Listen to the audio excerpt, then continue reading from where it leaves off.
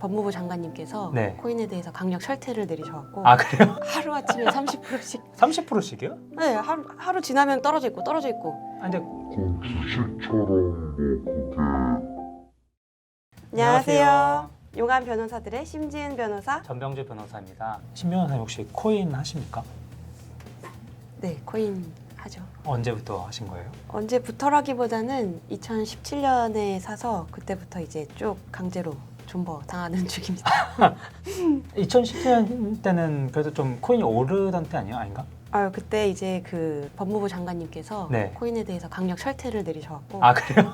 하루아침에 30%씩 30%씩이요? 네, 하루 지나면 떨어져 있고 떨어져 있고. 아 근데 그건 주식처럼 뭐 한계가 있는 게 아니고 그러면은 30% 이상도 떨어지는 네네네 당연하죠. 네네네. 네. 그러면은 그 떨어지기 전에 들어가신 거예요? 네. 결론적으로? 네, 고점에.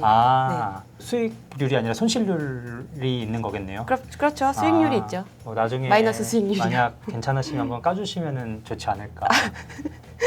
저는 2022년부터 했는데, 그러니까 올해부터 했는데, 저는 올해 들어갔던 게 비트코인이 계속 떨어지고 있다 그래가지고. 제가 정확히 기억은 안 나지만 한 6천만 원 아래로 내려갔을 때 들어가려고 하다가 코인 거래소가 좀 가입하기가 어렵잖아요. 민증도 까야 되고 그래가지고 개인정보 때문에 안 하다가 네. 2천만 원대까지 내려왔다는 걸 보고 이제는 1억까지 들어가야 된다. 간다는 얘기가 있는데 2천만 원이면은 그죠? 저점 매수하는 다섯 배. 그래서 저점 매수하시는 나중에 거네요. 자식이 아빠는 코인 안 했어? 라고 했을 때 할 말이 없을까봐 일단 들어는 갔는데 사실 오늘 저희가 얘기를 하는 게 내년부터는 그 코인에 과세를 할 수도 있다 이런 얘기가 돌아서 코인에다가도 세금을 물린다고요? 주식이나 이런 것처럼 주식도 이제 대주주 같은 경우에는 양도소득세를 매기는데 코인도 저희가 거래소에서 이제 매매를 하면은 수익이 생기잖아요. 그 수익에 대해서 20%를 그럼 미국 주식이랑 그럼 비슷하게 매긴. 네, 해외 주식도 제가 정확히는 모르지만 20% 정도로 알고 있어가지고 그런 느낌으로 이제 과세를 하는 것 같습니다. 그러면 어느 부분에 대해서 과세를 매긴다는 건가요? 소득세법이랑 특근법을 봐야 되는데 전반적인 내용은 당연히 소득세법에 규정이 돼 있고 특근법이 뭐예요? 특정금융정보법이라 그래가지고 이제 가상자산으로 탈세를 워낙 많이 하다 보니까 그거 관련해가지고 이제 한 2020년쯤에 가상자산 관련 내용을 추가해가지고 법안을 한 게 있어요. 그래서 소득세법에서는 거기에 규정된 코인에 관한 내용을 따온 거거든요. 기본적으로는 일단 우리가 거래소에서 하는 매매 그거에 대해 가지고 소득이 생기면 그거에 대해서 20%를 한다 그러고 변호사님 혹시 디파이라고 아세요? 디파이요? 코인을 대여해가지고 하는 건데 쉽게 말해가지고 코인을 예치를 하면은 이자를 준다는 개념이 이제 디파이에 있는 거거든요. 근데 그 이자에 대해서도 사고 파는 게 아니라 은행에다가 예금처럼 맡기면 그죠. 거기에 이제 붙는. 맞아요. 그거에 대해서도 이제 세금을 매기겠다. 그래서 그것도 아마 똑같이 20%로 지금 세법에서는 확인이 되고요. 그럼 세금이라는 게 코인을 사고 팔았을 때 매매 차익 부분에 대해서. 그죠. 기본적으로는 대부분 하고 있는 거는 이제 거래소 매매니까 네. 차익이 되는 거고. 디파이 같은 경우에는 이자 그죠. 부분에 이자에 대해서 하는 건데 이자 같은 경우에는 우리나라 소득세법에서 일반적인 이자, 금융이자 같은 경우에도 필요경비라 그래서 취득원가 같은 걸 빼질 않고 있는데 양도는 우리가 코인을 사서 파는 거잖아요. 그러니까 산 가격이 있을 것이고 파는 가격이 있을 거 아니에요. 그래서 그 산 가격을 빼고 이제 과세를 하는 거고 근데 비과세가 250만 원까지. 그러니까 250만 원까지는 벌어도 과세하지 않겠다. 하지만 그 이상 벌면은 과세를 하겠다. 이렇게 20%를요? 그죠? 그러니까 뭐 많이 벌진 못하겠지만 1억을 벌었다. 그럼 2천만 원을 낸다. 이렇게 생각을 하시면 되지 않을까. 물론 이제 250만 원 부분을 빼야겠지만.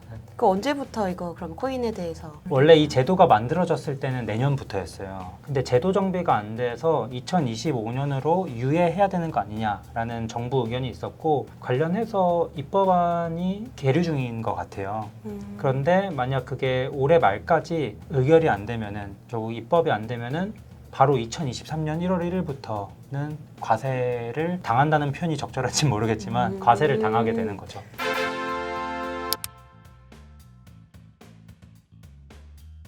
내년이 되기 전에 올해까지 손실 본 경우에는 어떻게 되는 건가요? 그거가 사실은 이제 가상자산 투자자, 즉 코인 투자자 사이에서 가장 많이 문제 삼고 있는 건데 소위원회 회의록 이런 거를 보면은 올해 손실을 고려하지 않고 내년에 어쨌든 수익이 났으면은 과세를 하는 방향으로. 제 손실, 여러분 제 손실 보셨죠?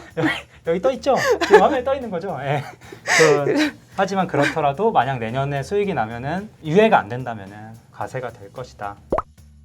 오늘은 이렇게 가상자산 관련해가지고 저희가 한번 얘기를 해봤는데 뭐 좀 마음의 준비가 되셨나요? 이제 내년에 만약 유예가 안 된다면 세금을 내야 될지. 저는 세금 낼 필요는 아, 없는데요. 아 그래요? 네. 그 수익이 좀 많이 예상되시는 분들은 미리 네. 조금 처분을 하시는 게 아. 그건 뭐 경영적인 판단이시니까 잘 모르겠지만. 저도 올해 손실이 좀 났는데 어제 다 뺐습니다. 어제 다 뺐고 만약 하더라도 내년 1월 1일부터 새롭게 시작을 하려고 하는 거고 신 변호사님은 계속 존버 하시는 저 건가요? 강제 존버해요. 아, 하지만 팔 수가 없어요. 그죠. 확정될 때까지는 손실이 아니니까. 네, 그럼요. 네. 네, 아직. 네. 맞습니다. 네.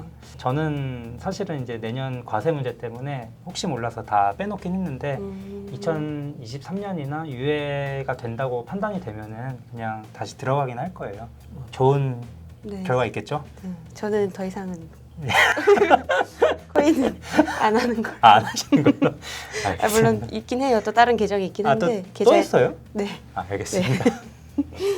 이거는 뭐 시청자분께 중요한 내용은 아니니까요, 네, 그죠? 네. 여기서 마무리하도록 하시죠. 네. 네, 감사합니다. 네, 감사합니다. 네.